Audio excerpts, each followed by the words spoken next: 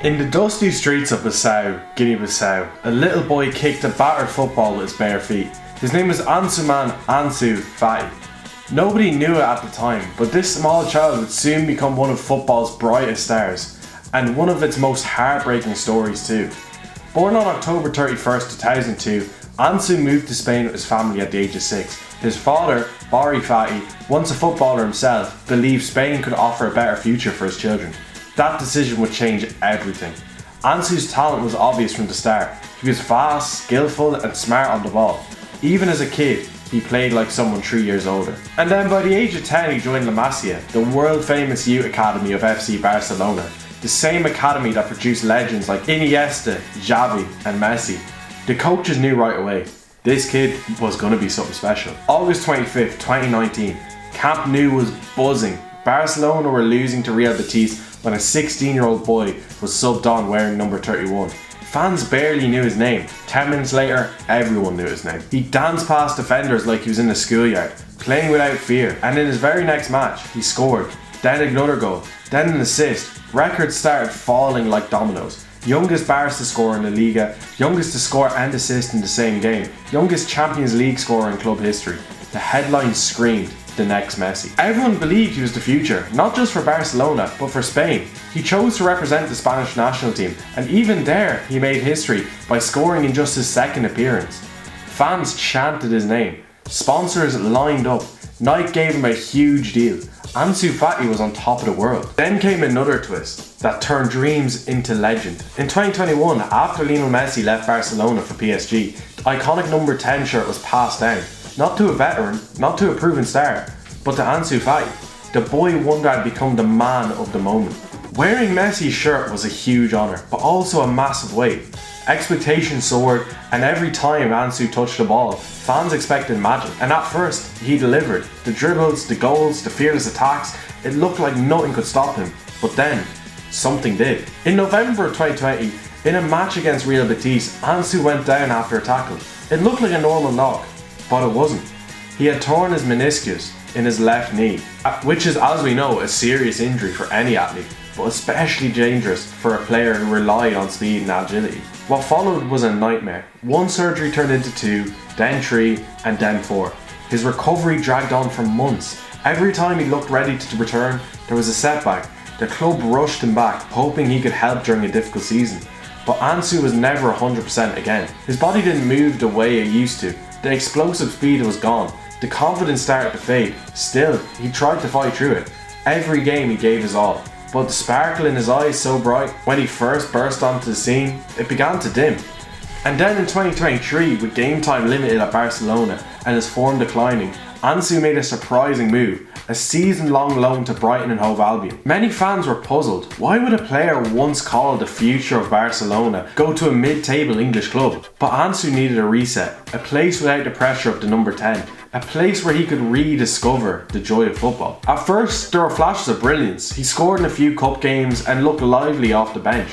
But once again, injury struck. A hamstring problem kept him out for months. Brighton's coach admitted that Ansu's fitness was not good enough. He finished the season with just 4 goals in 27 appearances.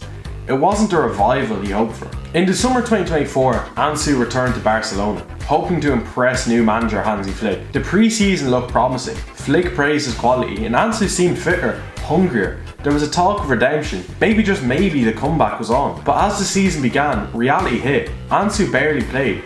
Others, like 17-year-old sensation Lamine Yamal, were stealing the spotlight. Ansu found himself on the bench, or worse, not even in the squad. When asked, Flick said he simply wasn't in his plans. Club president Joan Laporta hinted that it might be better for Ansu to leave. Frustrated and heartbroken, Ansu reportedly threw a training bib in anger and kicked the bench after being left out again. The joy of football had been replaced by pain and confusion. Every time Ansu Fati touched the ball, it felt like millions were watching, with bated breath. That's what happens when you inherit the number 10 shirt at Barca. The jersey worn, obviously by Lionel Messi, Ronaldinho and other legends, came with history. Not to mention the crushing expectations. For a teenager recovering from multiple knee surgeries, that burden became overwhelming. Fans wanted magic, coaches wanted consistency, teammates needed him to perform. But how could a 19-year-old still figuring out his own game carry a broken Barcelona team on his shoulders. It wasn't just on the pitch, the media spotlight was relentless. Every missed shot sparked headlines, every injury return was framed as a comeback story, and every dip in form brought comparisons. Is he finished? Will he ever be the same? What people often forget is that athletes are human. Confidence isn't permanent. Once doubt creeps in, it spreads. Ansu began hesitating on runs. He passed when he should have shot. He seemed unsure of himself, something that old Ansu never was. And as if things weren't hard enough, a new young star began to emerge at Barcelona. I've obviously mentioned before, Lamine Yamal, a dazzling winger, just 16 years old when making his debut, who played with flair and fearlessness. Suddenly fans and coaches saw in Yamal what they had seen in Fati. The spotlight had shifted. Yamal started breaking Fati's records. Youngest debut, youngest scorer, youngest assist maker. He quickly became a regular for both Barca and Spain. His rise was meteoric, just like Fati's had been a few years earlier. For Ansu, this was bittersweet. He had once been the chosen one, and now he was watching from the sidelines as someone else took the throne he barely had time to sit on. In a way, Yamal became a mirror showing Fati what he once was and what he might never be again. What happens to a footballer when the world moves on without him? Ansu is still young, still on a professional contract, still earning millions, but none of that mattered if he wasn't playing. Deep down, he must have felt the sting of being forgotten. In interviews, teammates said Ansu was quiet, humble and hard-working. He didn't complain. He trained hard, he smiled, but behind that smile, the pain must have been enormous. Not just physical pain, but emotional exhaustion. To go from being called the next Messi to being left off the bench is not just a fall in career terms, it's a personal loss, a dream slowly slipping away. It's hard to imagine the mental strength required to keep going. Some players retire after 1 or 2 injuries, some fade quietly. Ansu kept showing up, even when the game seemed to move on without him. In 2021, Fati's market value peaked at over 8 million. He was untouchable. Barca saw him as one of their most valuable assets at the time. Sponsors lined up, as I said before, fans bought his shirts in droves. Now fast forward to 2025, his market value has reportedly dropped below 10 million, staggering decline in just 4 years. This wasn't because he lacked talent, it was because he couldn't stay fit. Clubs are hesitant to invest in players with injury histories, especially wingers who rely obviously on pace and agility. It was heartbreaking to watch, a player with so much potential reduced to transfer gossip fodder. Loan him again, sell him cheap, maybe he'd do better in Portugal or Turkey.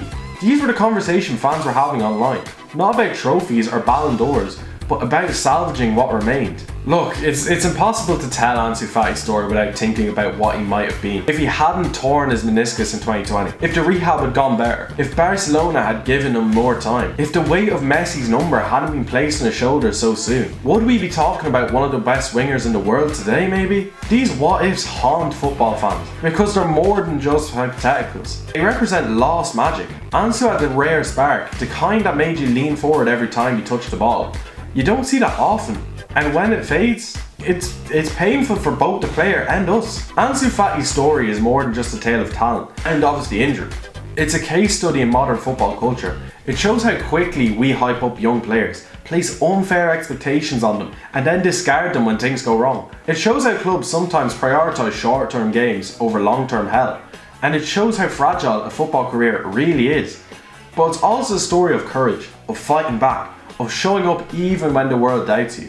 Ansu Fati might not be what we expected, but he's still a story worth telling. I think after researching this that Ansu Fati's story has always felt like a movie, full of dazzling highs and emotional lows. He exploded onto the scene with the promise of greatness, wore the shirt of legends, and battled through the harshest twists of fate.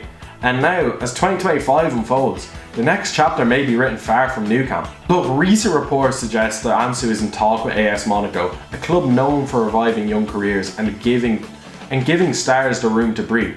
For Ansu, this could be like the perfect move. Monaco offers a less intense spotlight than Barca, a competitive league and a fresh environment to rediscover himself in. Now obviously, because he's been there so long, leaving Barca won't be easy. It's the club that raised him, that gave him the number 10. Until they didn't, I suppose. But perhaps this is exactly what he needs. A clean slate, a new city, and a club willing to believe in him without the weight of past comparisons. The rise and fall of Ansu Fati is still being written. It may not end with a Ballon d'Or or, a Champions League title, but a move to Monaco could mark the beginning of a different kind of success.